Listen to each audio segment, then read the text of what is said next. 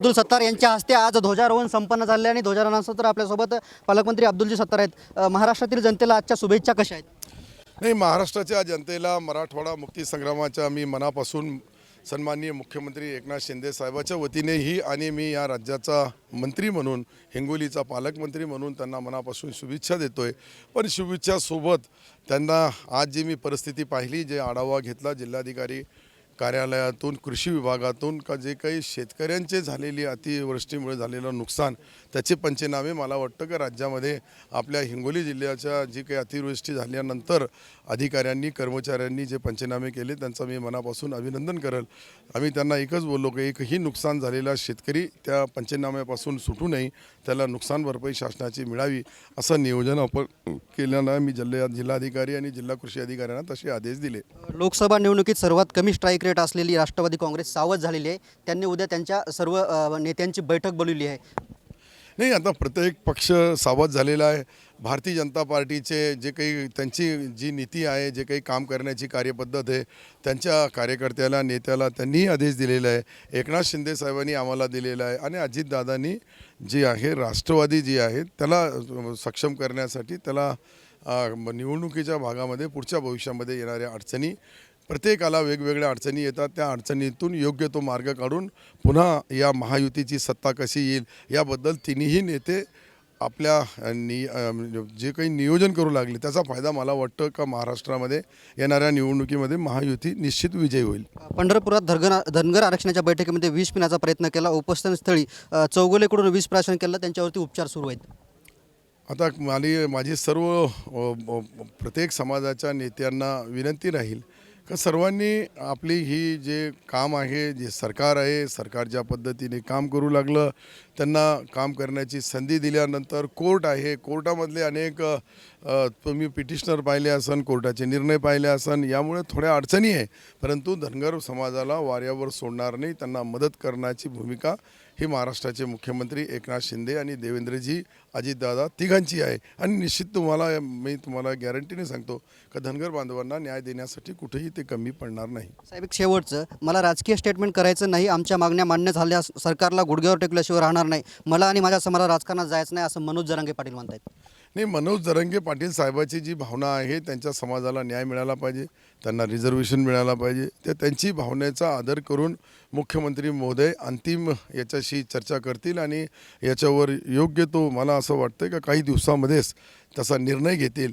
आणि शेवटी कसं एक समाजाला न्याय देताना दुसऱ्या समाजावर अन्याय होणे, दुसऱ्या समाजावर अन्याय करताना अशी काही लोकांमध्ये संभ्रम निर्माण होणे, म्हणून दोन्हीही समाजाला सन्माननीय एकनाथ शिंदे साहेब, देवेंद्रजी आणि अजितदादा समन्वय करून त्यांच्याशी चर्चा करून याच्यानंतर अंतिम निवाडा करतील। काँग्रेसचे नेते राहुल गांधी, त्याचबरोबर शरद पवार, उद्धव ठाकरे यांच्याबद्दल सत्तेत असलेले संजय शिरसाट असतील, गायकवाड असतील आणि पडळकर यांनी वादग्रस्त वक्तव्य केलेले आहेत। नाही, मला असं वाटतं का सर्व पक्षाचे जसं आपल्या पक्षाचे आपले नेते असतात, जसे दुसऱ्या पक्षाचे दुसरे नेते असतात, त्यांचाही सन्मान करायला पाहिजे आणि राजकारणामध्ये समाजकारणामध्ये असे काही वक्तव्य करू नये की ज्याच्यामुळे सामाजिक भावना, पक्षाच्या एकमेकाची भावना किंवा नेत्याचा अपमान होणार नाही, हे साहजिक आहे। काही योगायोगाने काही त्यांनी जे शब्द वापरले त्या शब्दाचा मला वाटतं भाजपने बावनकुळे साहेबांनी स्पष्टीकरण दिलं का आम्ही याच्याशी सहमत नाही आहे। काही शब्द निघाल्यानंतर त्याचे परिणाम चांगले होत नाही आणि सर्व नेत्यांचा, सर्व समाजाच्या वेगवेगळे नेत्यांचा आपण सन्मान केला नाही, वेगवेगळ्या पक्षाच्या नेत्याचा सन्मान नाही केला तर मग आपल्या पक्षाचं कोण करेल?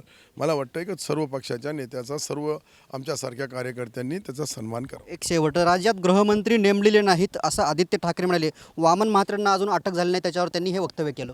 नाही, मला वाटतं का गृहमंत्री म्हणून ज्या सक्षमतेने मी अनेक गृहमंत्री पाहिले, त्यामध्ये आदरणीय देवेंद्रजी ज्या पद्धतीने काम करतात, देवेंद्रजी गृहमंत्री म्हणून आपले कर्तव्य पारदर्शकपणे पार पाडतात, त्यांच्यावर अशा पद्धतीचा आरोप करणं, अशा शब्दाचा आरोप करणं हेही दुसऱ्या नेत्याला त्याचीही त्यांनी बोलताना आपण ज्या गृहमंत्री, आपण ज्या देशामध्ये राहतो, राज्यामध्ये राहतो आणि राज्याच्या गृहमंत्र्याला असं बोलणं चुकीचं आहे। मला वाटतं की देवेंद्रजी एक सक्षम उपमुख्यमंत्री म्हणून आणि गृहमंत्री म्हणून काम करतात.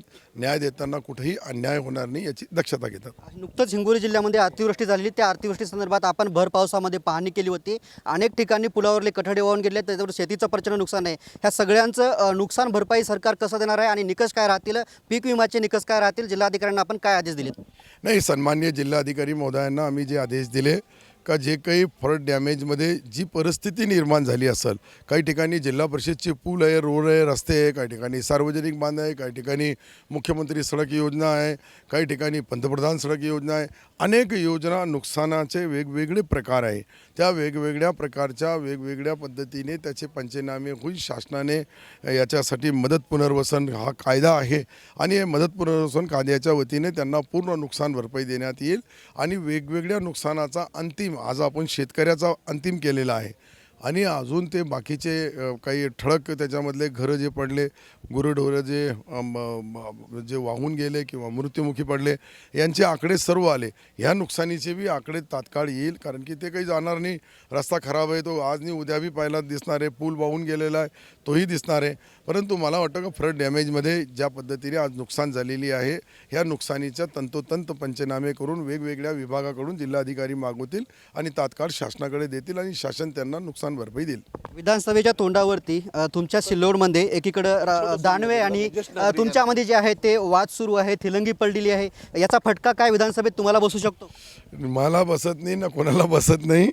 काही लोक जरा थोडा आता काम नाही आहे, काम कमी झाला. पहिले मंत्री होते, आता मंत्रीपद नाही राहिला. दोस्तच्या भाषेमध्ये बोलतात, चालत असतं, ते बी ऐकायला पाहिजे. शेवटी त्यांनी काय करावं ते त्यांनी ठरवावं. सिल्लोड तालुक्याच्या लोकांनी काय ठरवावं ते सिल्लोड तालुक्याचे लोक ठरवून घेतील. सिल्लोड तालुक्याचे लोक ह्या काममध्ये परफेक्ट आहे. कधी कोणाचा कसा गेम करायचा याच्यामध्ये कुठेही शंका कुशंका नाही. सिल्लोडचे लोक जे आहेत ते सगळ्या गोष्टीमध्ये परफेक्ट आहेत. दानवेंचं नाव न घेता दानवेंचा कसा गेम करायचा असं प्रतिक्रिया ती अब्दुल सत्तार यांनी दिलेली आहे. कॅमेरामॅन ज्ञानेश्वर वानखेडेसह मी रमेश चेंडके, TV9 मराठी, हिंगोली.